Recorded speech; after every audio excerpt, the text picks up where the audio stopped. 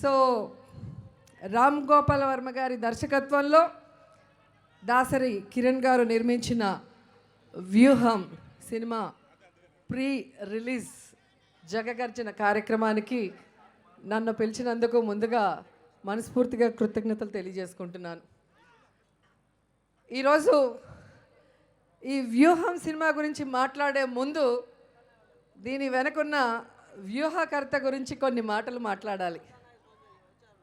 బెజవాడ గడ్డ మీద పుట్టిన బెజవాడ ముద్దుబిడ్డ రామ్ గోపాల్ వర్మ గారు. బెజవాడ నుంచి బాలీవుడ్ వరకు తన పవర్ ఏంటో చూపించిన డైరెక్టర్ మన రామ్ గోపాల్ వర్మ గారు. నాగార్జున గారి నుంచి అమితాబ్ బచ్చన్ వరకు సూపర్ హిట్ మూవీస్ ఇచ్చిన డైరెక్టర్ రామ్ గోపాల్ వర్మ గారు. శివ సినిమా నుంచి కంపెనీ సినిమా వరకు ఇటు టాలీవుడ్ అటు బాలీవుడ్ ఇండస్ట్రీని షేక్ చేసిన డైరెక్టర్ రామ్ గోపాల్ వర్మ గారు. ఈరోజు తెలుగు ఇండస్ట్రీలో మోస్ట్ పాపులర్ సక్సెస్ఫుల్ డైరెక్టర్స్ అందరూ కూడా ఎవరైతే ఉన్నారో వాళ్ళందరూ కూడా రోల్ మోడల్గా ఇన్స్పిరేషన్గా తీసుకునే వాళ్ళ గురువు రామ్ గోపాల్ వర్మ గారు. ఈ వ్యూహం సినిమాకి డైరెక్షన్ చేయటం చాలా చాలా హ్యాపీగా ఉంది. ఎందుకంటే ఎవరైనా సినిమా తీసి రిలీజ్ చేస్తేనే హిట్ అవుతుంది, కానీ రామ్ గోపాల్ వర్మ గారు సినిమా అనౌన్స్ చేస్తేనే హిట్ అవుతుంది. రామ్ గోపాల్ వర్మ గారు అంటే ఓ సెన్సేషన్ అనేది అందరికీ తెలిసిన విషయం.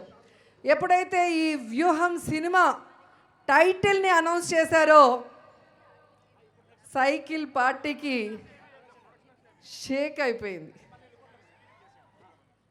ఆ వ్యూహం సినిమాకి డైరెక్టర్ ఆర్జీవి గారు అని తెలియగానే పచ్చ సైకోలకి తడిసిపోయింది. ఎప్పుడైతే ఈ వ్యూహం టీజర్ వచ్చిందో చంద్రబాబు నాయుడికి చెమటలు పట్టేశాయి.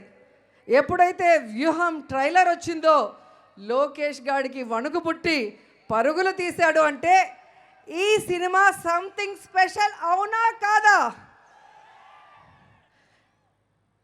చంద్రబాబు నాయుడి కుట్రలు కుతంత్రాలకి జగనన్న ఆలోచనలకి మధ్య జరిగిన సంఘర్షణే ఈ వ్యూహం సినిమాని ట్రైలర్ చూస్తే అర్థమవుతుంది. కానీ రామ్ గోపాల్ వర్మ గారు బ్రిలియంట్ డైరెక్టర్ అనేది ఈ ట్రైలర్లో ఒక డైలాగ్ చూస్తేనే అర్థమైపోతుంది. ట్రైలర్లో పవన్ కళ్యాణ్ని ఎప్పుడు వెన్నుపోటు పొడుద్దామని చంద్రబాబు నాయుడుని అడిగితే ఆయనకు అంత సీన్ లేదు, తనకి తానే వెన్నుపోటు పొడుచుకుంటాడు అంటారు. సో ఈ 2 monthsలో ఆంధ్రప్రదేశ్లో మారుతున్న రాజకీయాల్ని చూస్తే అది నిజం అనిపిస్తుంది. ఎందుకు పనికిరాని పప్పు కూడా పవన్ కళ్యాణ్ సీఎం కాలేడు, అతనికి సమర్థత లేదు అని చెప్పాడు. అంటే రాజమండ్రి జైల్లో వెళ్ళి తన ఫ్యాన్స్ని, తన సామాజిక వర్గాన్ని, తన జన సైనికుల్ని చంద్రబాబు నాయుడికి అమ్మేసి తనని తాను వెన్నుపోటు పొడుచుకున్నాడు అనేది ఈరోజు స్పష్టంగా కనిపిస్తున్న నిజం. నిజంగా రామ్ గోపాల్ వర్మ గారిని అభినందించకుండా ఉండలేకపోతున్నాను. ఎందుకంటే ఈ తరానికి, రాబోయే తరానికి కూడా చంద్రబాబు నాయుడు ఎలాంటి వ్యక్తి, ఆయన వెన్నుపోటు రాజకీయాలు, దిగజారుడు రాజకీయాలు, అవకాశవాద రాజకీయాల్ని కళ్ళకు కట్టినట్టుగా ఆనాడు చూస్తే లక్ష్మీ ఎన్టీఆర్ సినిమాలో చూపించారు. ఈరోజు వ్యూహం సినిమాలో కూడా కనిపించబోతోంది. వైఎస్ఆర్ గారిని లేకుండా చేశారు. ఆ తర్వాత వైఎస్ఆర్ గారి కుటుంబాన్ని లేకుండా చేయాలన్న ప్రయత్నం చేశారు. ఆ తర్వాత వైఎస్ఆర్ పార్టీ అనేదే మొగ్గలో తుంచేయాలన్న ప్రయత్నం చేశారు.